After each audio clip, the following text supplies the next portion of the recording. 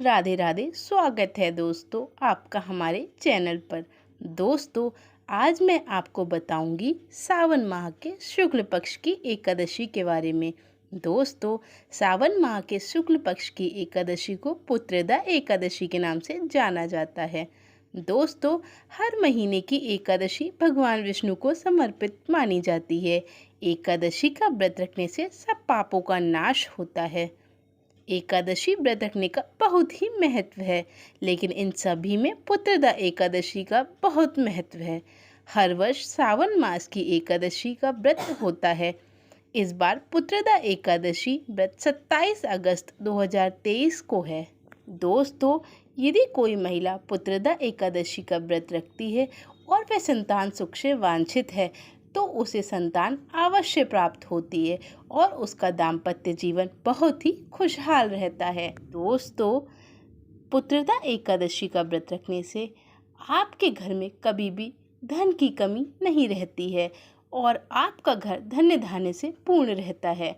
दोस्तों, एकादशी का बहुत ही ज़्यादा महत्व है। दोस्तों, जो महिलाएं एकादशी का व्रत रखती हैं वह हमेशा ऐश्वर्य और वैभव से पूर्ण रहती हैं। उनके संतान की आयु दीर्घ होती है और उनका सुहाग हमेशा अमर रहता है। तो चलिए दोस्तों, मैं आपको एकादशी व्रत की कथा सुनाती हूँ। कथा शुरू करने से पहले चैनल को सब्सक्राइब करें, वीडियो को लाइक करें और कमेंट बॉक्स में राधे राधे ज़रूर लिखें। दोस्तों, एक दिन श्री कृष्ण जी बोले, हे युधिष्ठिर, श्रावण मास के शुक्ल पक्ष की एकादशी का नाम पवित्रा है। यह पुत्र की इच्छा पूर्ण करने वाली है।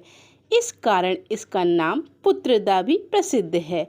इसमें गौ माता का पूजन करना चाहिए। इसके महात्म्य की कथा ऐसे है। एक महिमती नगरी थी। उसमें महीजीत नाम का राजा राज्य करता था। बड़ा धर्मात्मा था, परंतु पुत्रहीन था।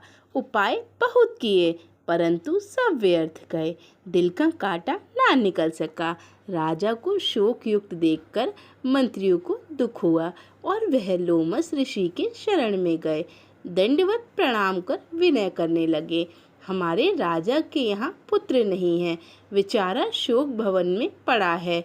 आप कृपा करके कोई उपाय बताइए जिससे उसके घर में कुल दीपक का प्रकाश हो जाए। मुनि ने दिव्य दृष्टि से उसके पूर्व जन्म के कर्म देखकर कहा, तुम्हारा राजा पिछले जन्म में महाकंगाल था और कुकर्मी था। एक दिन घूमते घूमते उसे कहीं जल ना मिला और अन्न ना मिला। दूसरे दिन एक सरोवर मिला, वहाँ एक प्यासी गौ जल पीने आई। उसे लाठी मारकर भगा दिया।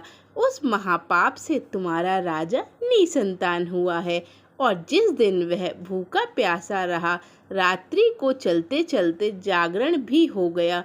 भूखा था, भगवान को स्मरण कर भोजन मांगता था। उस दिन श्रावण शुक्ला एकादशी व्रत उसने भूल से कर दिया, परंतु वह दूध, पुत्र और धन देने वाली पुत्रदा एकादशी थी। उसके प्रभाव से राजा को राज्य मिला और गौ ने श्राप से उसे निसंतान कर दिया। यदि आप लोग प्रजा सहित श्रावण शुक्ला एकादशी के विधि सहित व्रत करो और फल अपने राजा को प्रदान करो तो निश्चय ही उसके घर पुत्र होगा। व्रत की विधि यह है, गौ का पूजन करना, उनको मधुर जल और मधुर फलों से प्रसन्न कर द्वादशी के दिन उन्हें पेट भर के लड्डू और पूरी इत्यादि मिष्ठान का भोग लगाना। उनका आशीर्वाद और पुत्रदा एकादशी का महत्व एक समान है। मुनि की शिक्षा से मंत्रियों ने प्रजा सहित व्रत कर रात्रि को कीर्तन किया। गौ का पूजन कर पुत्र की प्राप्ति हुई। दोस्तों, इसी प्रकार पुत्रदा एकादशी की कथा समाप्त होती है। राधे राधे।